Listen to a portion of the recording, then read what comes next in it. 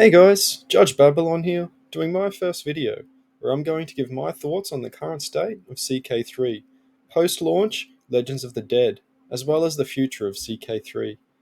Firstly, I'll state that I really enjoy the game. It is a game with near infinite replayability, but onto what Legends of the Dead has given us in terms of content, namely diseases and plagues, as well as legends. Bring out your dead! Long awaited, diseases and plagues are finally added to CK3. That being said, it did take 4 years to put that same mechanic into Crusader Kings 2, so we've waited about the same amount of time to have it put into CK3. My thoughts on this new mechanic are mixed, however, mainly because its implementation is just annoying. Constant pop-ups fill your screen about a new disease. Would you like to cull the sheep? Would you like to go on a rebuilding project? And this happens even if these aren't the counties you own. So you will have these pop-ups once every few months or so, especially if you're managing a large empire, well, you will get spammed with junk like my email box. The top of your screen will be constantly flickering with would you like to go into seclusion? Would you like to isolate the capital? And now don't get me wrong, if a disease does end up getting to your capital where you, your cousin who you've married, and your tribe of 13 children, of course only 5 are legitimate because you've been sleeping with your brother's wife, you want to have them secluded.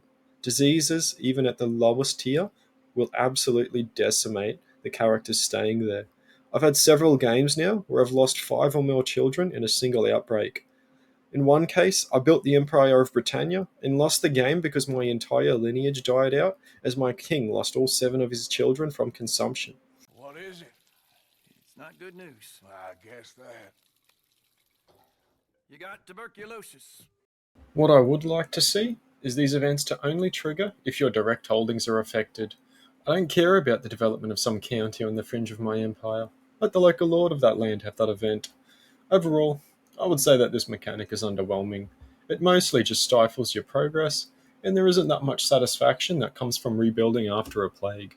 Now on to the other mechanic, introduced via Legends of the Dead, which is of course, legends themselves. These legends are an extension of mythological tales, where you can write a chronicle as if you were the heir of Arthur Pendragon himself. It's a miracle, ordained by heaven. This boy is our king. Which did in fact happen historically, of course. I believe multiple kings of England claimed descent from Arthur. Or maybe your capital was the new Troy. I guess Virgil got that one wrong. This is largely flavour added onto the game that at first I found amusing, as some stories genuinely made me laugh, especially when you always seem to confront the devil or death itself. You do get a detailed overview of the legend after it's completed, which is great if you're a role player, but then I realised that it had very limited impact on the game itself, outside of a few decisions granted to you if you got the legend to tier 3. These decisions are the main incentive for completing these legends. Outside of that, legends are just a money sink that could quickly spiral you into debt, so I recommend having a substantial bank balance before you commit to completing one. Completing a legend also grants you the ability to clear ground for a new construction of one of your baronies. That acts as if it was a wonder. They're probably a step down from that, however, as their modifiers are genuinely underwhelming in comparison, and for the most part, I just avoided them. One that was interesting was the tower, which could only be obtained if you completed one of the 2 new dynasty legacy trees added to the game that center around legends or legitimacy. These dynasty trees were mostly underwhelming, however, and I probably wouldn't forgo other dynasty trees to complete it. Legitimacy also came with the latest DLC patch. It's a bar that appears when you hover over the crowned figure next to your character portrait, scaling from 0 to 5.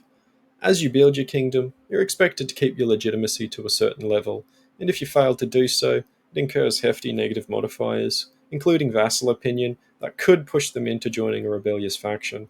I declare him from this day forth to be an outlaw! Especially if it's expected that you're at tier 4 and you're only at tier 1.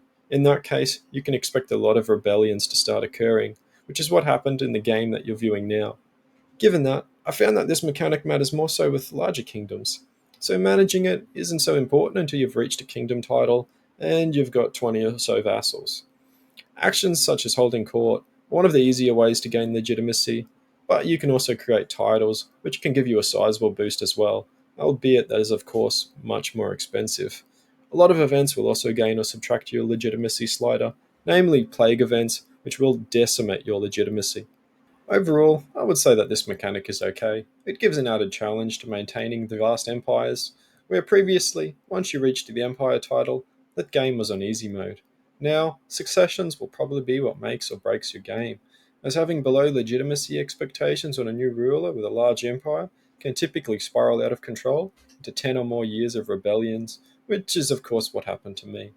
I would like to see it maybe have more impact early game, as it's pretty much inconsequential up until then, at least in my playtesting with it. And speaking of empires, that will be the focus of the next DLC, coming out for CK3 in Q3 of this year.